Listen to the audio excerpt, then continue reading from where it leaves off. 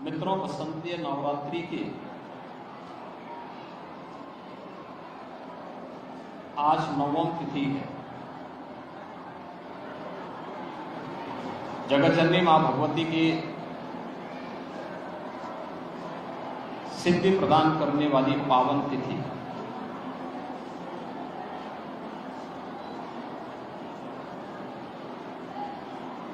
चैत्र शुक्ल प्रतिपदा से लेकर के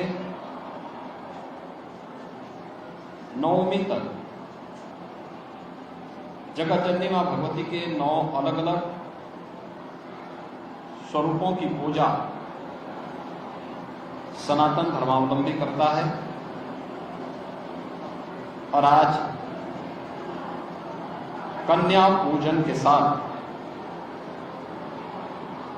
वासंतीय नवरात्रि का एक कार्यक्रम अब समारोह की ओर जा रहा है।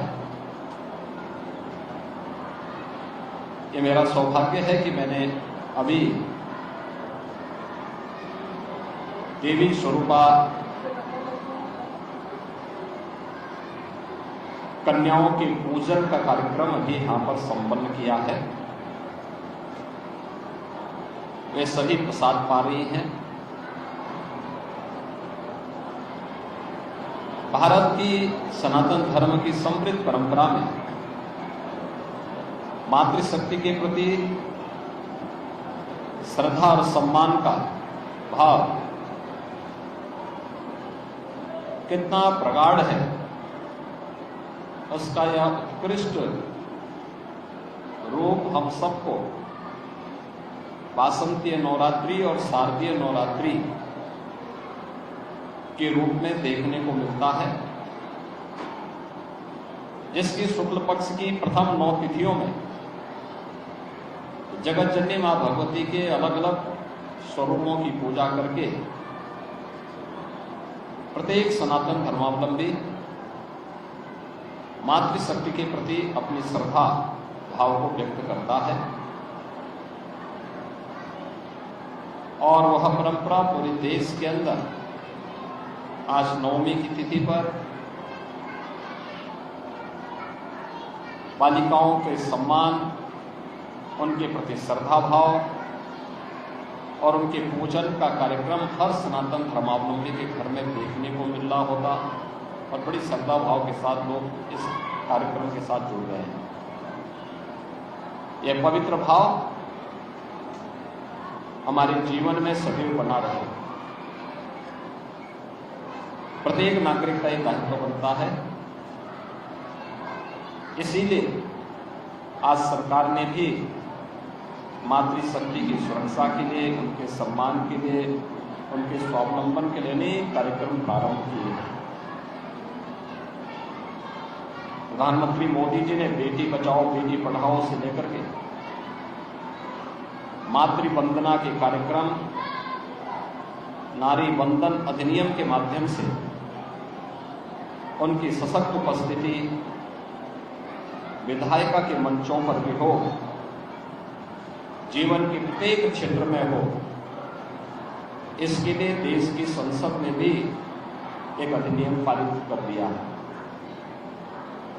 दैनिक जीवन में भी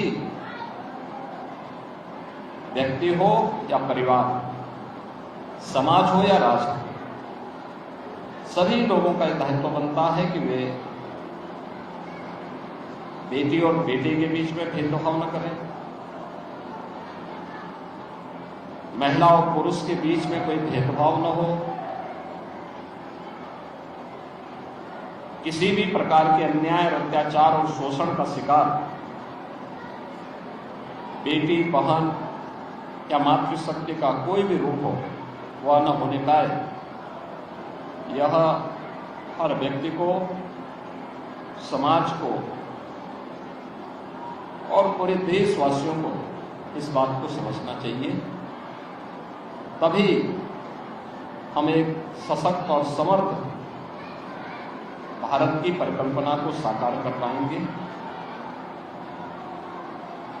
आज की इस तिथि पर मैं जगत जननी मां भगवती के चरणों में नमन करते हुए देवी स्वरूपा इन कन्याओं के पूजन के साथ मुझे जुड़ने का अवसर प्राप्त हुआ है। मैं वासंती नवरात्रि की हृदय से बधाई पूरे प्रदेशवासियों को देता हूं। आज की पावन तिथि मर्यादा पुरुषोत्तम भगवान श्री राम के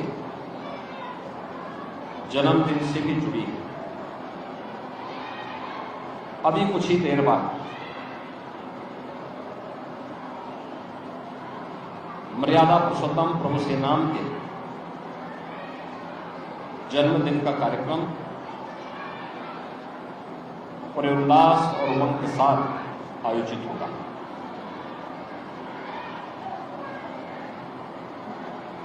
यहां पर कल से ही अखंड रामायण का पाठ चल रहा है। प्रदेश के हर देवालय में अखंड रामायण का पाठ कल से चल रहे हैं। अयोध्या धाम में भी उत्सव और उमंग का माहौल है। लाखों की संख्या में श्रद्धालुजन अयोध्या धाम प्रभु श्री राम लला के जन्मोत्सव में भाग लेने के लिए अयोध्या धाम पहुंचे हुए हैं।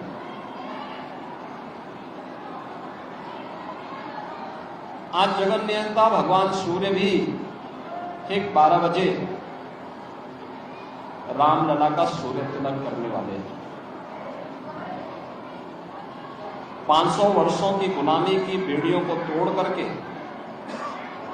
रामलला का फिर से अयोध्या धाम में प्रकटीकरण हर सनातन धर्मावलंबी के लिए, दुनिया की हर दबी कुचली शोषित मानवता के लिए एक नई प्रेरणा भी है और नया प्रकाश भी। रामनवमी की पावन तिथि पर प्रत्येक प्रदेशवासी को मैं हृदय से बधाई देता हूं। मर्यादा पुरुषोत्तम भगवान श्री राम हमें जीवन में एक मर्यादित आचरण करने, समाज को सम और विषम परिस्थितियों में धैर्य न खोकर चुनौतियों से जूझने के लिए उनका उच्च आदर्श हमें एक नई प्रेरणा प्रदान करता है। व्यक्तिगत जीवन हो या पारिवारिक जीवन, सार्वजनिक जीवन हो या राष्ट्रीय जीवन, सामाजिक रिश्ते हो या राष्ट्रीय रिश्ते, उनका निर्वहन कैसे होना चाहिए, मर्यादा पुरुषोत्तम प्रभु श्री राम का उच्च जीवन आदर्श हमें यह प्रेरणा प्रदान करता है। अभी 1 वर्ष पहले ही प्रधानमंत्री मोदी जी के कर कमलों से 22 जनवरी 2024 को अयोध्या धाम में 500 वर्षों का इंतजार करते हुए रामलला का प्रकटीकरण का कार्यक्रम संपन्न हुआ। प्राण प्रतिष्ठा का कार्यक्रम पूरी भव्यता के साथ, पूरी दिव्यता के साथ संपन्न हुआ। और आज यह सौभाग्य की बात है, प्रधानमंत्री मोदी जी स्वयं रामेश्वरम में भारत के पहले ऐसे ब्रिज का जो ऑटो मोड पर वहां से चलने वाले यातायात के लिए भी उपलब्ध होगा और उस पुल का इस्तेमाल यातायात के लिए भी किया जा सकता है, ऐसे ब्रिज का लोकार्पण भी रामेश्वरम में करने जा रहे हैं। रामेश्वरम हजारों वर्ष पहले भगवान राम ने भारत की उत्तर से लेकर के दक्षिण तक सीमाओं को कितना जीवंतता प्रदान की थी। भारत के पवित्र धामों में से रामेश्वरम पावन ज्योतिर्लिंग में से रामेश्वरम हमें एक नई प्रेरणा आज भी प्रदान कर रहा है। इस अवसर पर मैं रामनवमी की हृदय से बधाई प्रदेशवासियों को देता हूं। आदरणीय प्रधानमंत्री जी के द्वारा विरासत और विकास की इस प्रक्रिया को आगे बढ़ाते हुए रामेश्वरम के इस अनुष्ठान के साथ जुड़ने और भारत के पहले ऐसे ऑटो ब्रिज को भारतवासियों को प्रदान करने के लिए हृदय से मैं प्रधानमंत्री जी के प्रति आभार व्यक्त करता हूं।